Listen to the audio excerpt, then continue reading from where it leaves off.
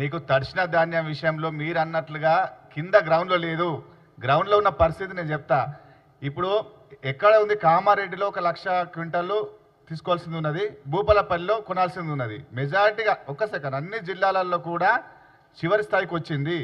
ఇక్కడ ఏమవుతుంది, నీకు వర్షం ఎప్పుడు వస్తుందో తెలియని పరిస్థితులలో రైతులు కూడా దాన్ని కప్పుకుంటున్నారు. కింద ఏదైతే ఉందో కింది భాగం తడుస్తున్నమాట వాస్తవము. కొన్ని జాగాలలో తూకం వేసిన తర్వాత సంచులు నింపిన తర్వాత సంచులలో లారీలు కొంత ఆలస్యమైనప్పుడు మీద పత్రాలు కప్పుకున్న ఆ కింద సంచుల అడుగు భాగం తడుస్తుంది. కానీ ఏదైతే తడిసిందో తీసుకపోయిన తర్వాత ఎక్కడ కూడా మిల్లర్ కట్టేసినటువంటి పరిస్థితి లేదు.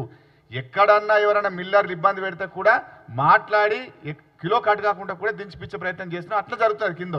కానీ ఇక్కడ ఏదో కొంత చూపించేదో భూతద్దలు చూసినట్లుగా కింద మాత్రం ఆ పరిస్థితి లేదు. మేము ఎందుకంటే అన్ని జిల్లాల్లో మాట్లాడుతున్నాము, కొన్ని జిల్లాల్లో తిరిగినాము.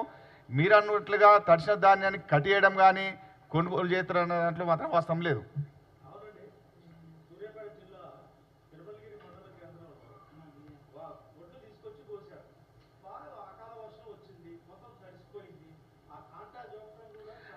ఎండాకాలానికి వానాకాలానికి ఉన్న తేడా ఏ సంఖ్యలో ఒక సెకండ్ లేదు నీకు వర్షాకాలంలో నానినట్లుగా ఏ సంఖ్యలో ఉండదు.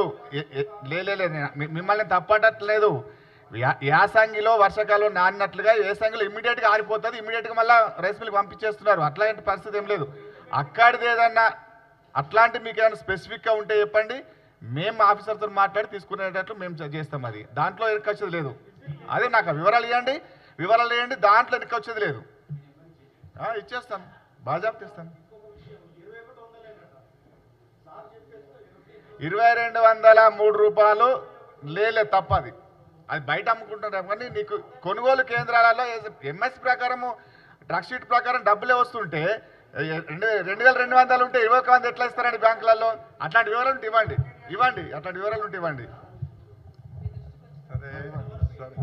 సరే సరే ఓకే ఓకే